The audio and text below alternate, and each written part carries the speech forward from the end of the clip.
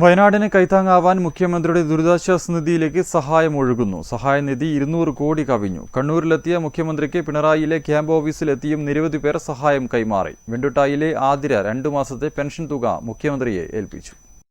പ്രളയത്തിൽ സർവ്വതും നഷ്ടപ്പെട്ട വയനാടിനെ വീണ്ടെടുക്കാൻ നാടൊന്നാകെ കൈകോർക്കുകയാണ്. മുഖ്യമന്ത്രിയുടെ ദുരിതാശ്വാസ നിധിയിലേക്ക് സഹായവും പ്രവഹിക്കുന്നുണ്ട്. വയനാടിനു വേണ്ടി മാത്രമായി 200 കോടിയിലധികം രൂപയാണ് മുഖ്യമന്ത്രിയുടെ ദുരിതാശ്വാസ നിധിയിലേക്ക് എത്തിയിട്ടുള്ളത്. പിണറായി കൺവെൻഷൻ സെന്ററിലെ ക്യാമ്പ് ഓഫീസിൽ എത്തിയ മുഖ്യമന്ത്രിക്ക് അവിടെ വെച്ചും നിരവധി പേർ സഹായം നൽകി. ഭിന്നശേഷിക്കാരിയായ വെണ്ടുട്ടായിലെ ആതിര 2 മാസത്തെ പെൻഷൻ തുകയായ 3200 രൂപയാണ് മുഖ്യമന്ത്രിയുടെ ദുരിതാശ്വാസ നിധിയിലേക്ക് കൈമാറിയത്. എരഞ്ഞോളി ഗ്രാമപഞ്ചായത്ത് 10 ലക്ഷം രൂപയും മുഖ്യമന്ത്രിയെ ഏൽപ്പിച്ചു. മമ്പ്രം ഹയർ സെക്കൻഡറി സ്കൂൾ വിദ്യാർത്ഥികൾ സമാഹരിച്ച 1.5 ലക്ഷം രൂപ സ്കൂൾ മാനേജർ മമ്പ്രം മാധവന്റെ നേതൃത്വത്തിൽ എത്തി മുഖ്യമന്ത്രിക്ക് കൈമാറി. News bureau, Kannur.